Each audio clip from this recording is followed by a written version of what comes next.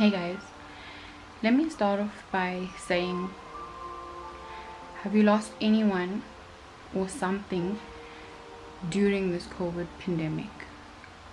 It was all good and well when the effects were not direct, you were told, okay, you're still gonna get a salary, work from home, which obviously has all of its benefits. But then one day you get a call and you're told that your dad is really sick and he is in ICU. And if you've never lost someone or something, this video is not going to be easy for you to relate to. But if you're an empathetic person, it will open your eyes to understanding how badly this COVID pandemic has actually affected people. And this is just my own personal story that I'm sharing with you guys, and also the reason why I haven't been on YouTube for a while. So after you get the call that your dad is in like really bad condition, then you go to the police station, right? And you stand in a long line, because you know what it's like here in South Africa when it comes to home affairs, police stations, all of those things. You just want to get to that other province that your parent or your family member, in my case my dad, is in. All I want to do is get to Durban ASAP. And because of the restrictions, I couldn't, right? And then they say, no, but you need this and you need that proof and this proof and that proof and whatever. And you run around like a headless chicken trying to do everything possible to get that paperwork. So now I finally got that paperwork, right? On my way to Durban. Only to realize that the hospital is not going to allow me into the hospital. And the reason for this obviously is because I haven't done a test for COVID to prove that I am negative. Now I get to Durban and I can't even go and see my dad. I'm at home and every day is passing, and all you can do is rely on information from the doctors. It was so breaking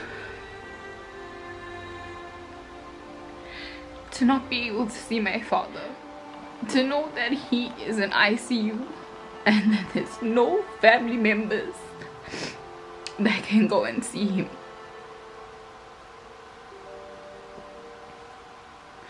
And him, on my head, for me, he's alone, Eventually it's 4 days later and the doctors say Mr. Naidu's condition is very critical. Can the wife please come and see him? So because dad was in ICU and he was so isolated in the hospital, because the situation was so critical, they allowed mom to go into the hospital without testing for COVID. And obviously me threw a tantrum, and I want to see my dad too, because I don't know what's happening, and they allow me in. And I put on my full, my PPE gear, I think that's what they call it. I'm taken to where he is in ICU, and he's completely isolated. So I didn't even see other people in the ICU, like it was proper isolated. I see him, and he's on a ventilator, and he is heavily sedated. I think he was in a coma. All I want to do, because I don't know if he can hear me, all I want to do is I just want to touch his hand so that he knows that I am there, so that because it's 4 days later and you haven't seen or heard from any family member. All I wanted to do, like so badly and so deeply is I just wanted to touch Dad's hand, and they told me that I can't. Like, no touching allowed. I got to speak to him, but obviously he was in a coma, so I don't even know if he heard me. But I just feel like if he felt me touch him, he, you know, it would have been, I don't know how to explain it, guys. But there was my aunt who was outside the hospital and she couldn't go into the hospital. I mean, that's her brother, you know. She couldn't even go and see her brother. And the evening or that night, the next call we get is to say, Mr. Naidu is no longer. We did all that we could for him and he's gone. You know, the next time I got to touch my dad, he was cold. And it breaks my heart because the COVID robbed me of so much. Normally I'll be able to go and see him in ICU every night, you know. I would have been able to touch his hand and let him know that I was there. And to me, he basically died alone without his family being there. And I can't imagine what was going through his mind at the time and in the situation as well. Having a funeral service was also so difficult because now there's these restrictions and you're on the other side of the coffin and people are coming and people want to hug you and they want to embrace you because, you know, you've lost such a huge part of your life. And for you guys who really know me well, you know that my dad was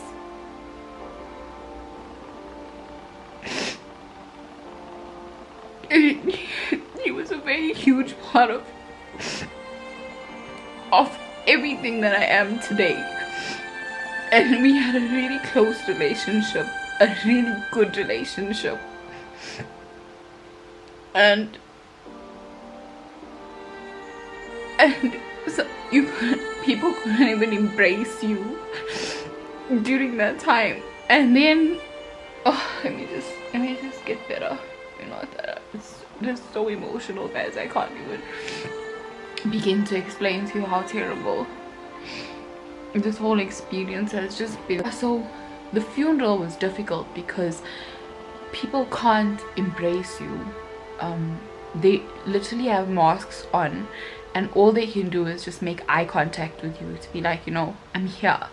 But there's no hugging, there's no chance for you to get that emotional support that you require. And then the eating, you know, you have to rotate. And at the crematorium, people can't go to the crematorium. It's just so much. And I honestly just feel like this pandemic has really robbed me and my family and my dad. Be that as it may, if it was his time to go, it was his time to go.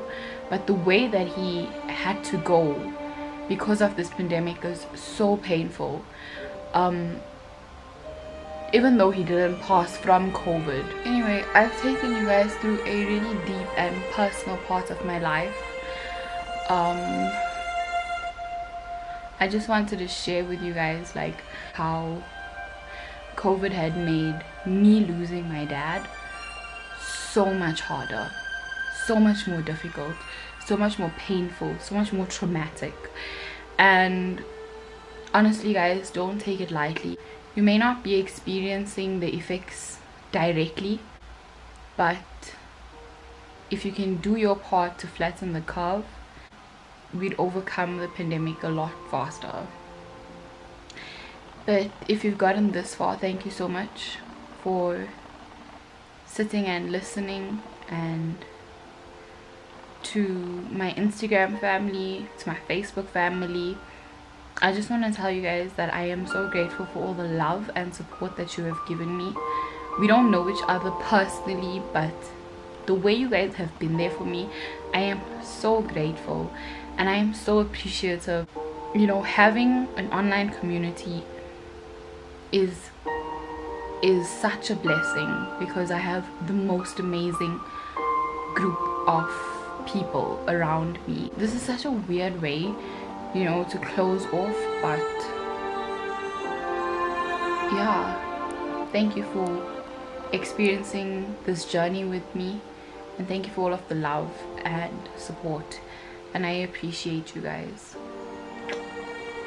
Till we see each other again.